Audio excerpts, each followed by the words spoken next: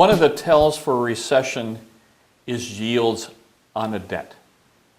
So when you start seeing a 10-year drop from 3.3%, and today it broke below 2.5, it went into the 2.4s, it actually even traded as low as 2.42%.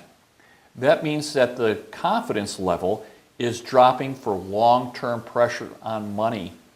And that's called an inverted yield curve. The yield curve has inverted all the way down to a 90-day Treasury bill, which means that if you lend money to the U.S. Treasury for 90 days, you get more yield than with lending it to them for 10 years. That's telling you that the economy is in trouble.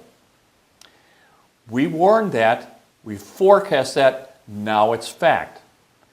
So that's just another tell that the recession is coming and we're concerned about it. Now, we're not calling a global recession yet because the central banks of the world are going to do everything they possibly can to prevent this.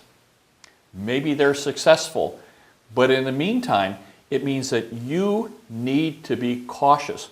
Talk to your financial professional. If we have a recession, and that's what the yield curve is predicting, a lot of asset classes are going to have trouble. So you need to talk to your stockbroker and say, what are my vulnerabilities for a stock market correction or a recession? If you're my age, we don't have a lot of time, so we're not in it for the long run. And we need to sell when the selling is good. Now, I'm not telling you to sell, I'm telling you to talk to your professional and find out what's prudent for you. In my business, we have been transferring wealth to income because at my age, we're more concerned about how much money I get to spend. We don't want to spend our capital, which is what happens when you go into some assets such as the stocks and bonds that don't have any yield to them. We're still cash flowing and cash flowing very, very nicely.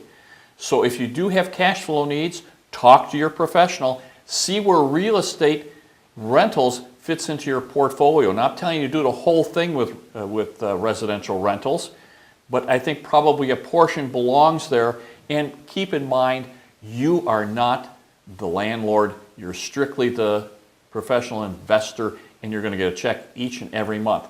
So it's time to be careful. It's time to be cautious.